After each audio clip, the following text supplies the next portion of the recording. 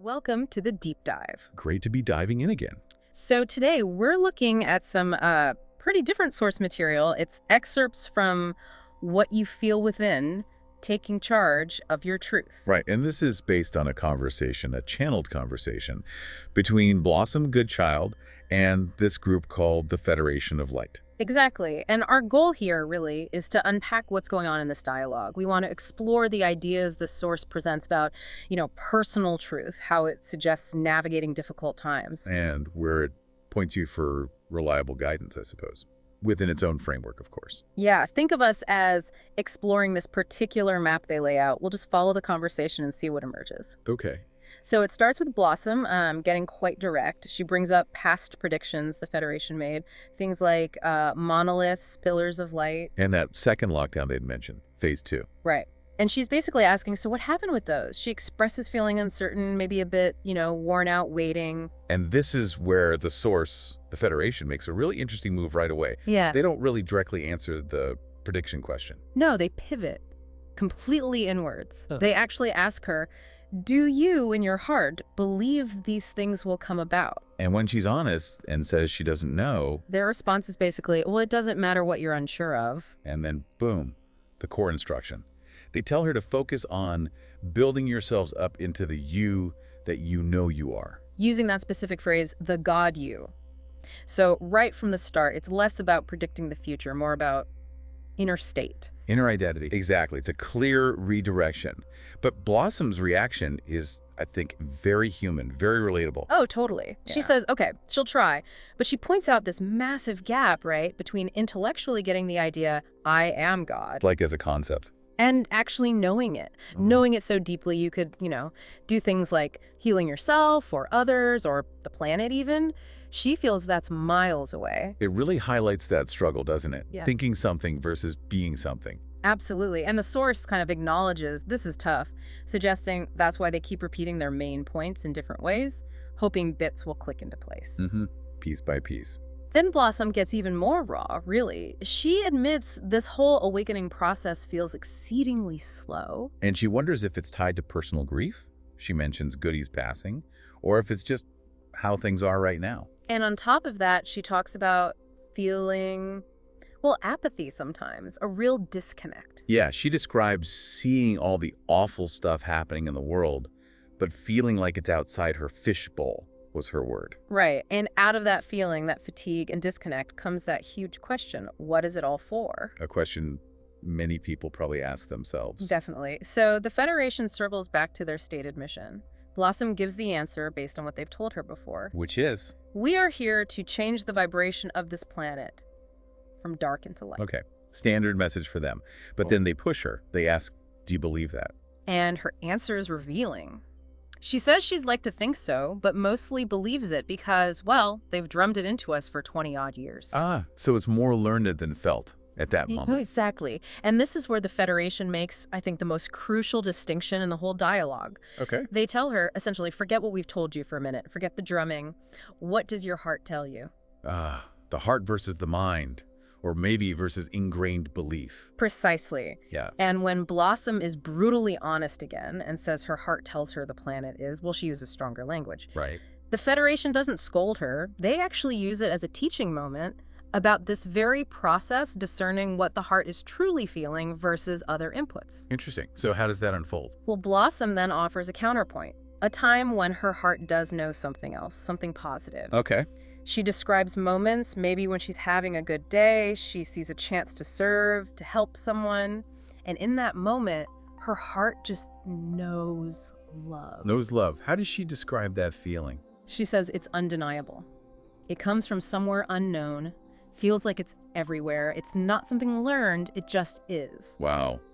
That's a powerful description of an inner state. It really is. And the Federation latches onto that specific feeling. They say, right there in that moment, you know truth.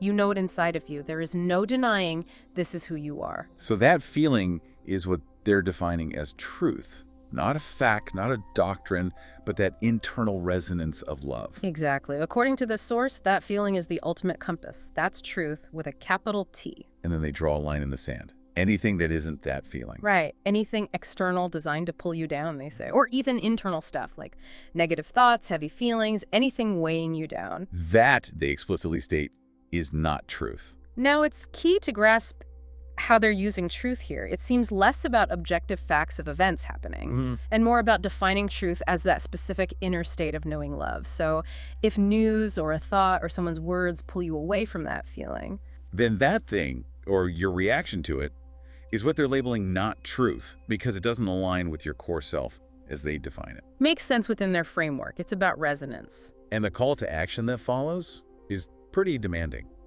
Be vigilant, spot that downward pull, and be strong enough to rise above it.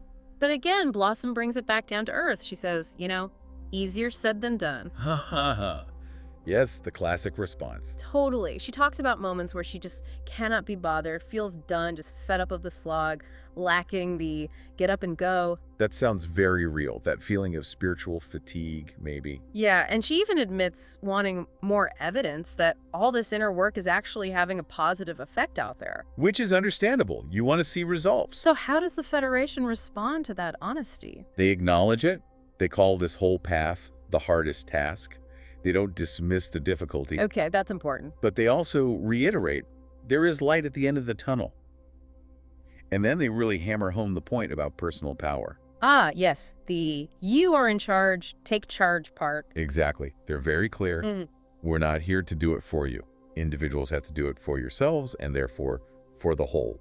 So that connects the personal to the collective. Taking charge of your inner state isn't just for you, it's somehow contributing to the bigger picture.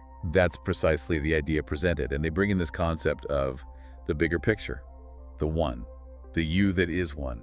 Suggesting that on some higher level, this larger self already knows the outcome. The light has won. Right. It reframes the struggle. It's like the ending is known, but you still have to walk the path.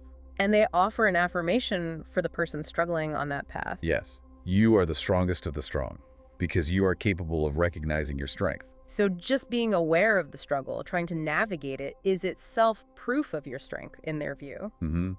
But then comes a really crucial warning. They repeat it. What's that? Do not let the programming that is all around you make you think that it is you. Programming, so external influences, media, societal messages, things designed to make you feel small or negative. That seems to be the implication. Things that pull you away from that inner knowing love truth.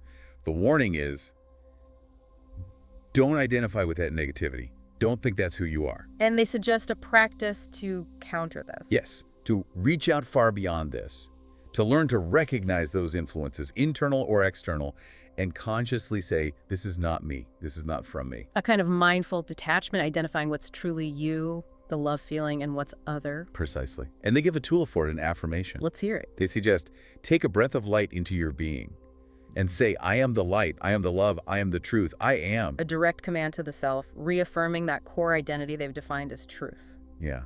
And the whole message wraps up with these really powerful commands. Take charge, take your life back. Wow. Very direct. They insist your life belongs to you, not to any forces that think they have you under their spell. And they end by affirming that you're here for a reason. To do what you came to do. And that despite the challenges, you're actually doing it extremely well. Quite a message. Acknowledges the struggle, but puts the power squarely back on the individual's inner world. Absolutely. It's a very internally focused path they lay out. So let's connect this back to you, listening in. This whole exchange blossoms very real questions, her doubts, her fatigue. And the Federation constantly pulling the focus back inside, back to that feeling of love as truth. That whole dynamic might really resonate with how you feel sometimes, trying to make sense of the world in your own inner state, right? It definitely highlights that challenge. How do you tell the difference between what your heart genuinely feels, that deep knowing love the source talks about, and what your mind is just thinking, maybe based on news or stress or what the source calls programming? That discernment piece is huge. It really is. And this source offers that specific anchor. Those moments, maybe fleeting, where you feel that undeniable love, that, they say, is your touchstone for truth. It's like they're giving you one specific feeling to use as your ultimate guide. And the big call to action here is that focusing on that Taking charge of that inner state isn't just self-help. Right. According to this text, it's how you navigate everything else and how you contribute to change for everyone, for yourselves, and therefore for the whole. It puts a tremendous amount of significance on managing and cultivating your inner world. So, just to recap this deep dive into what you feel within, the core message from this source seems to be that amidst all the external chaos and internal struggles, the absolute key is to recognize that inner feeling of love and truth. To consciously choose to align with that and learn to distinguish it from all the noise, the negativity, the external programming. And understand that taking charge of your own state is the power. It's both personal empowerment and your contribution to the bigger picture. A very specific framework, definitely focusing inward for answers and action. So here's that final thought, really stemming from the source's core claim. They state quite baldly that external negativity or programming is not truth, but that inner feeling of knowing love is truth. A very stark distinction. It is. So the question for you to ponder is, in your own life, how can you sharpen that awareness? How can you get better at consistently telling the difference between those two states, the pull of the not truth and the feeling of the is truth, and then, crucially, choosing which one you consciously decide to take charge of in any given moment?